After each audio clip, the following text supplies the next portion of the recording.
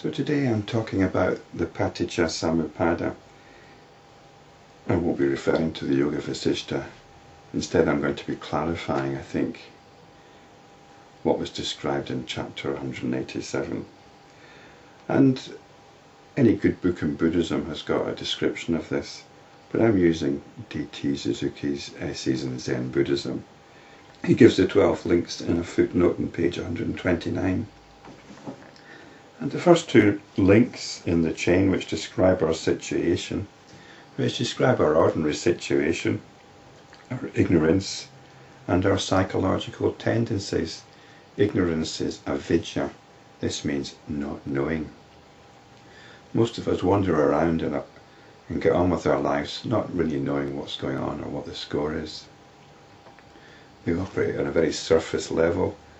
We've got all our psychological stuff going on, and we cope and get by the best we can. We've got these tendencies going on, these psychological tendencies. The word for this is samskara, and which Suzuki translates as disposition. And this is how we react to our basic sensations. There are sensations going on, and we react to them. And this forms the basis of our character, our personality. So there's ignorance, avidya, and our natural tendencies. And these steer us on. We go through life basically on automatic in accordance with these two factors. Looking further into it, looking deeper into it, there's what's called consciousness. But this is consciousness in the sense of consciousness which splits things up. Here it's described as vijnana. So jnana is knowledge, and vi is the splitting up, the parceling up. We parcel up the experiencing that is going on. We parcel it according to the different qualities, whether it's a visual quality, a sonic quality, a gustatory quality, and so on, what we call sense experiences. And this gives rise to notions of things out there. This is name and form, nama rupa. We start identifying objects. We can give them a name. But the point is, this is something external, it's something out there. In a sense, even a thought is something out there. It's something that's been identified, it's been objectively identified. It's the objectification of the experiencing. This is what nama rupa is. So there's the consciousness, the dividing consciousness, which identifies what we call sense experiencing. And there's the externalization of that sense experiencing. The experiencing is actually happening right here, but we put it out there. We say it's out there, even in our body. Our body is also out there. Even our mind is out there, when we can start objectifying the contents of our mind. So this is nama rupa. This is consciousness and nama rupa. And then we might ask, well, how do we experience what's going on out there? How do we experience these sensory things? Well, it has to be through the senses. So we get notions of our senses. This further removes us from the experiencing, because we think we can only be in touch with experience through our senses. So this is notion upon notion. Nama rupa is the externalization of notions. And in order to explain how we experience these external objects, which are simply concretized notions, we come up with our story of the six senses. The six senses are the five normal ones, and also the mind, which is the organ of thought. It's the organ by which thoughts are experienced. And then there's touch.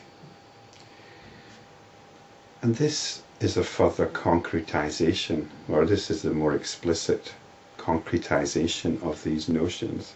Because once we believe that there are things out there and we've got sense organs which allow us to experience things out there,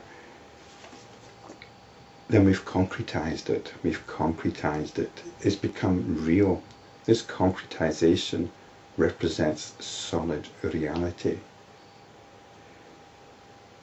In the Yoga Vasishta, it's often talked about consciousness materializing creation. And this is what it is. And then we get feeling. We start categorizing it as unpleasant, pleasant, or indifferent. So certain of these objects will produce a feeling in us.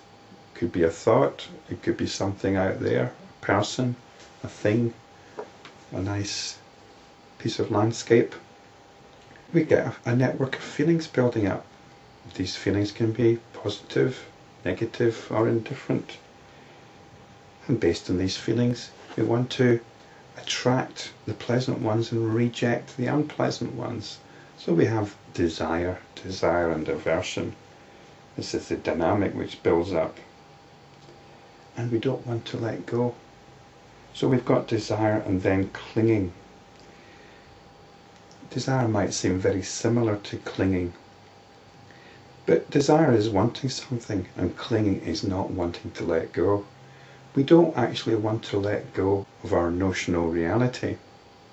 We don't actually want to let go of the belief that this is actually all real. So this is clinging. And this gives rise to more notions. It reinforces the external reality. And this is called becoming, bhava. So we create more notions and we're further entangled in our notional reality, which we take as real, as physical reality.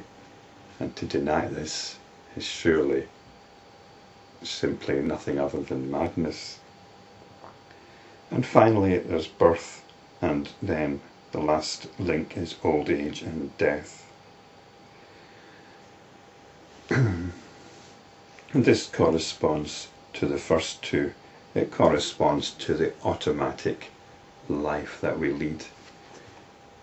You can understand it in terms of physical birth and then old age and death, or you can understand it as the birth of new notions which enslave us and which spell old age and death for our sense of being, our sense of original being. So this is the process of cognition. This is how things arise, or apparently arise, and this is how we get involved with it, and this is how we don't let go of it.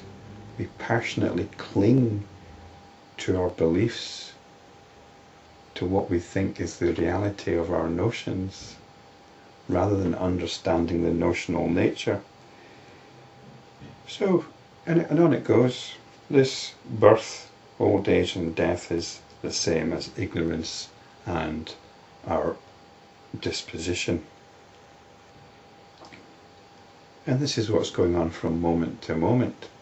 And the way out of it is to turn ignorance, avidya, into vidya, into realization of what's going on, into realization that it's only the supreme consciousness going on, into the realization that this is our consciousness, our simple consciousness, and the realization that everything that we thought was concrete, everything that we think we can touch, is notional. There's sensation only. There is experiencing only. That's where it all begins. We can either be ignorant of that, or we can be aware of it.